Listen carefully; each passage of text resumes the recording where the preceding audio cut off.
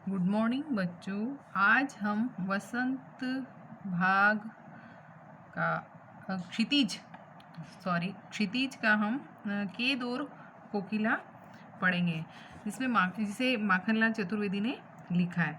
अब माखनलाल चतुर्वेदी का जन्म 1890 में मध्य प्रदेश के होशंगाबाद जिले के एक बावई नामक गांव में हुआ था।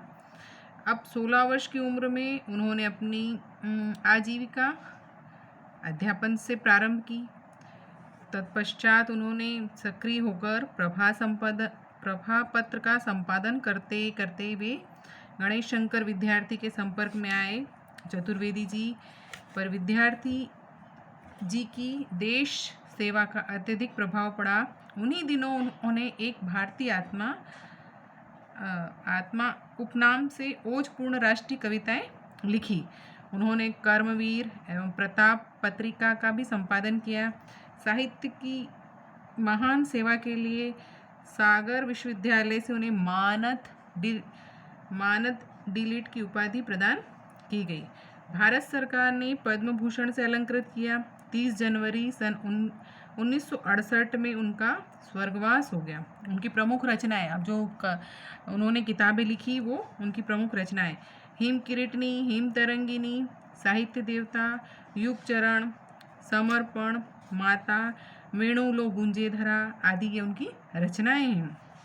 चतुर्वेदी जी एक काव्य का मुख्य स्वर राष्ट्रीय भावना थी। उनकी हर एक कविता में राष्ट्रीय भावना से ओतप्रोत कविताएं ही उन्होंने लिखी है। अब उन कविताओं में त्याग, बलिदान, प्रखर राष्ट्रभक्ति उनकी राष्ट्रीयता की मुख्य विशेषताएं हैं। और वे राष्ट्रीय आंदोलन में सक्रिय रूप से क्या करते थे? भाग लेते थे। वो स्वतंत्रता आंदोलन में अत्यधिक प्रबल रूप से उन्होंने हर एक कार्य किया है और सारी रचनाएं भी उन्होंने उसी से संबंधित लिखी है। अब प्यारे बच्चों, आज हम इस पार्ट को पढ़ेंगे, केद और कोकिला। क्या गाती हो, क्यों रह जाती हो, कोकिल बोलो तो, क्या लाती हो, संदेशा किसका है, कोकिल बोलो तो। बच्चों, इसमें कोकिल यानी कोकिल बोला गया है इसे, इसका कोयल को, जो आपने देखी हुई काले रंग की होती है, चितकबरी होती है, कू कू की आवाज़ करती है ना, वो कोयल, उसके बारे में पूरी कविताएं लिखी गई है। अब कवि यहाँ कोयल को संबोधित करते हुए पूछता है कि वह जेल के ऊपर उड़ कर रह कर, कहाँ पे उड़ रही है? जेल के ऊपर बार बार उड़ कर क्या कर रही है? गाना गा रही है और अपने मन की कौन सी गहरी बात कहना चाहती है, जिसे बार बार कहते कहते वो क्या करती है? रुक जाती है। कवि कहते हैं कि तुम मेरे लिए क्या प्रेरणा लाई हो। कवि को ऐसा लग रहा है कि कोयल जेल की दीवारों पर उड़ कर गा रही है, तो उनके लिए कोई ज़रूर प्रेरणा लेकर आई है। यह प्रेरणा संदेश किसका है, उसके संबंध में उसे साफ साफ समझाया गया है इन पंक्तियों में। ऊंची काली दीवारों के घेरे में, डाकू चोरों बटमारों के डेरे में, जीने को देते नहीं पेट भर खाना, मरने भी देते नहीं तड़फ रह जाना, जीवन पर अब दिन रात कड़ा पहरा है, शासन है या तम का प्रभाव गहरा है, हिम कर निराश कर चला रात भी काली, इस समय काली माँ मई जगी क्यों आली। अब बटमार यानी रास्ते पे चलने वाले लुटेरे या डाकू। तम यानी अंधेरा, है ना, तम यानी अंधेरा। काली मामई यानी काले रंग वाली कोयल। आली मीन्स सखी। अब यहाँ पे बच्चों देखो, कवि इस पंक्तियों में ये बताना चाहते हैं कि ब्रिटिश शासकों के ऐसे कारागृह मीन्स जेल की ऊंची ऊंची काली दीवारों में क्या करते हैं? वो कैदियों को घेर कर रखते हैं, जहाँ पर डाकू चोरों बटमारों के डेरे, ऊंची ऊंची दीवारों के बीच में क्या हो रहे हैं कि डाकू भी है चोर भी है, बटमारे ना रास्ते चल कर लूटने वाले लोग भी हैं, और बुरी आदतों वाले लोगों का भी निवास स्थान है। कहाँ पर है? जेल में। और उनके बीच में रहने को कौन मजबूर है? कवि। कवि को वहाँ पर उन लोगों के बीच में, ऐसे लोगों के बीच में क्या हो गया है? रहना पड़ रहा है। यहाँ जीने को देते नहीं पेट भर खाना, मरने भी देते नहीं तड़प रह जाना। अब यहाँ पर क्या हो रहा है? जीवन काटने के लिए पेट भर खाना तो चाहिए ही चाहिए, और पेट भर यहाँ खाना भी नहीं देते हैं, न जीने देते हैं और ना ही मरने देते हैं। जीवन पर अब दिन रात कड़ा पहरा है, शासन है या तम का प्रभाव गहरा है। सरकारी गुप्तचर और सिपाही हमेशा हम पर नज़र रखते हैं। हम पर मीन्स वहाँ पर जो कैदी हैं, उन कैदियों के ऊपर क्या करते हैं?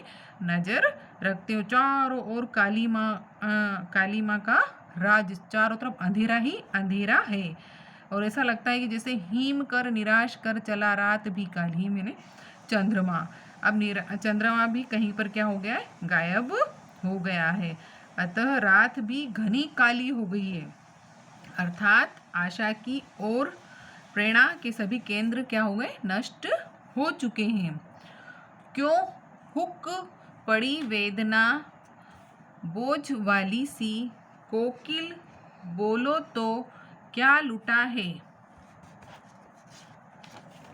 मृदुल भाव की रखवाली सी, कोकिल बोलो तो। हुक, हुक मीन्स कसक से भरी बोली, वेदना पीड़ा, मृदुल यानी कोमल मीठा, वैभव समृद्धि ऐश्वर्य। अब बच्चों इसमें देखो, कवि कोयल से कहता है क्या कहते हैं? कि उसके गले में वेदना से बोझिल मन की कसक से भरी बोली क्यों निकल रही है। उसने ऐसा क्या देख लिया है तथा उसका क्या लुट गया है। उसका कोमल और मीठा स्वर, कोयल कैसी गाती है? मीठे स्वर में गाती है, मीठी आवाज़ में बोलती है।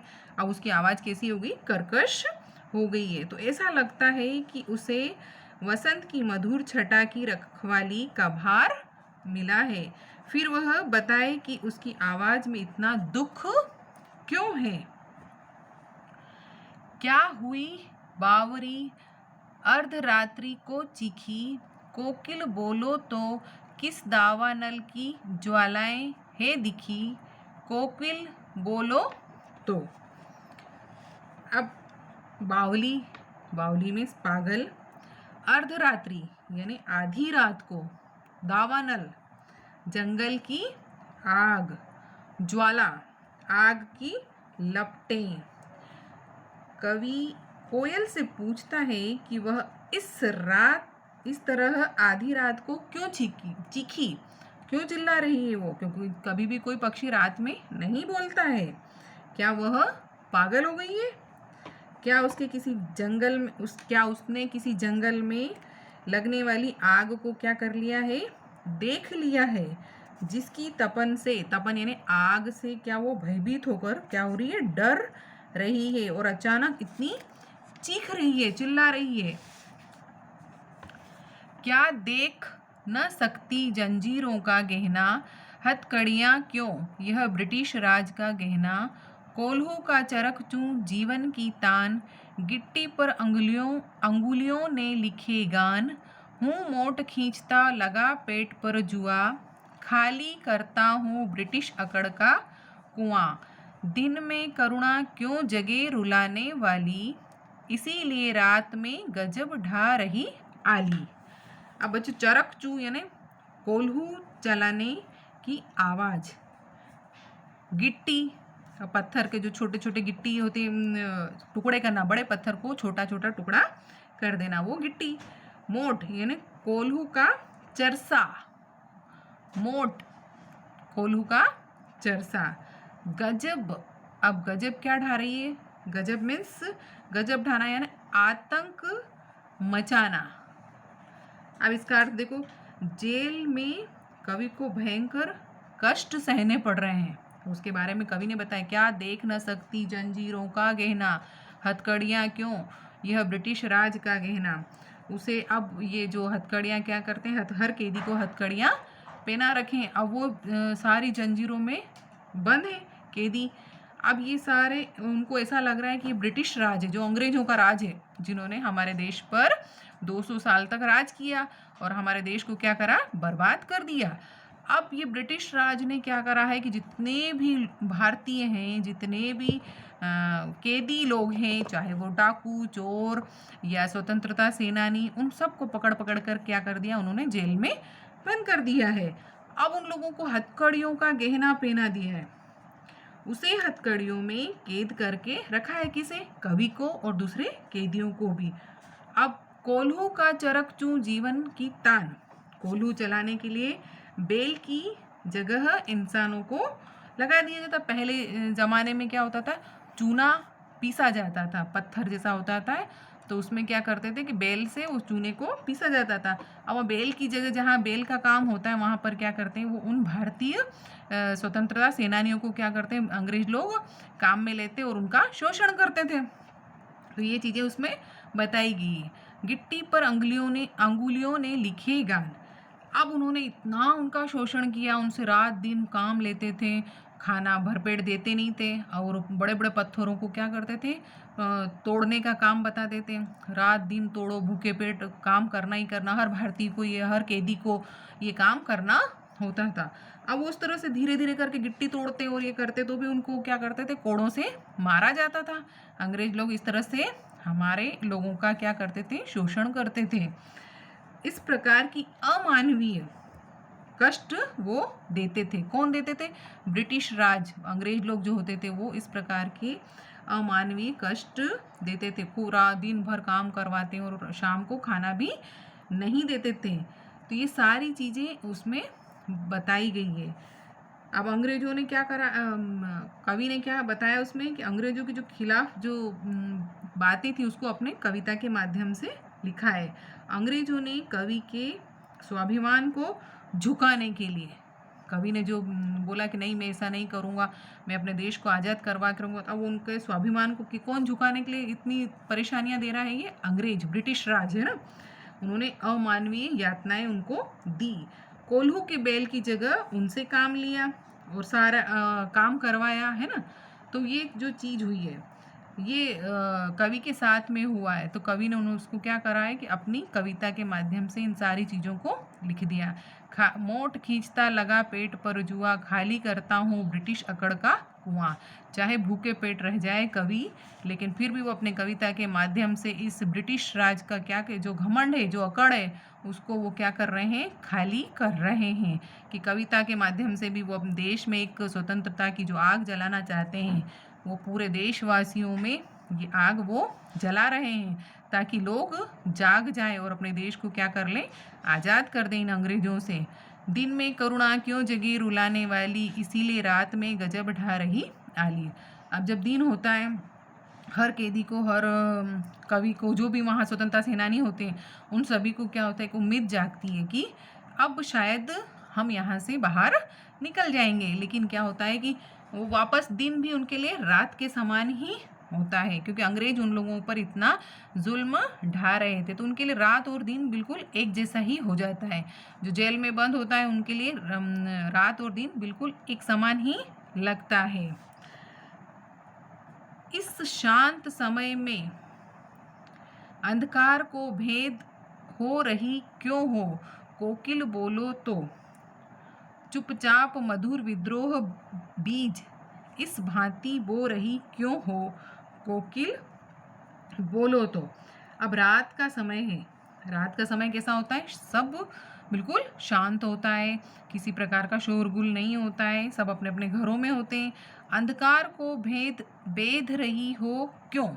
अब रात के समय पशु पक्षी मनुष्य सभी क्या करते हैं, अपने अपने घरों में जाकर सो जाते हैं। चिड़ियाएँ अपने घोंसलों में चली जाती है, मनुष्य अपने घरों में चले जाते हैं। तो इस प्रकार से बाहर कोई भी नहीं दिखता है। अब अंधकार में, रात में कभी भी कोई पक्षी नहीं बोलता है। वो कोयल तो बिल्कुल भी कोई नहीं बोलती, चिड़ियाएँ नहीं बोलती रात में, तो अंधकार को भेद रही हो। अब रात में बिल्कुल सुनसान आवाज़ है और उसमें क्या कोयल की क्या हो रही आवाज़ आ रही है। कोकिल बोलो तो चुपचाप मधुर विद्रोह बीज। अब कोकिल बोलकर जो कोकिल की क्या कोयल की मीठी मधुर आवाज़ होती है उसमें वो क्या कर रही है कर्कश तरह की आवाज़ उसको लग रही किसको कवि को और एक विद्रोह का जो बीज बो रही है कि हमें कैसे भी इन अंग्रेजों से इस ब्रिटिश राज से हमें क्या करना पीछा छुड़ाना है इनको हमारे देश से निकाल कर भगाना है। इस भांति बो रही क्यों हो कोकिल बोलो तो। अब कवि यहाँ कह रहे हैं कि तुम चुपचाप रह के एक इस देश को स्वतंत्र करवाने के लिए एक विद्रोह का जो बीज बो रही है वो तुम इस भांति बो रही हो ऐसा क्यों कर रही हो कोकिल तुम मुझे बताओ। तो कवि को ये पता चल रहा है वो बोल रहे हैं। बच्चों इससे आगे का वीडियो हम इससे आगे का चैप्टर पार्ट को हम अगले वीडियो में देखेंगे। Thank you.